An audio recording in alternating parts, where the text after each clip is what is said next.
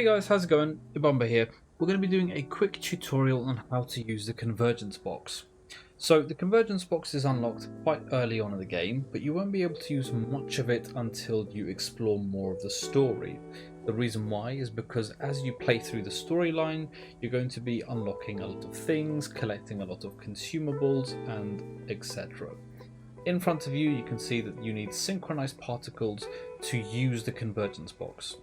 To get a synchronization particle, you can click extract here, and all of these items that you see in front of you, which you can collect from collectables around each map, for example through Hydra Empire, Xanderth, and so on and so forth.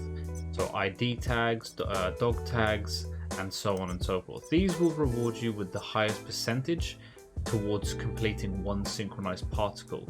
If you have a look, if I take away all these items, this one gives me 18.75%, this one gives me 25%, but if I click on here, it'll only give me 6.25%. So it's best to use these from the consumables, from the collectibles, sorry, that you get around the map. So we'll go ahead and exchange that. Now we're left with the decision on whether or not we want to spend our synchronized particle. Now you might be wondering, why would I want to save it? So depending on what items show up in front of you, you might be less tempted to go for it. Each item has a 20% chance of dropping because there's 5 items totaling 100%. So these items like mid-grade critical damage enhancers, defense enhancers, etc., they're only going to help you in battle, maybe in PvP as you go on, but these manuals, they're going to increase your squad XP. Now, I don't personally need to get any of these, but for the purpose of this video, I will, to see what we can possibly get.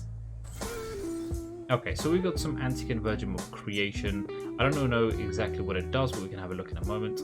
Now we've refreshed the store, or technically it's automatically refreshed because we've used a particle, and more items have shown up. So we've got 50,000 gold, some Omega cards, costumes, more manuals, and a core of Frenzy, I believe.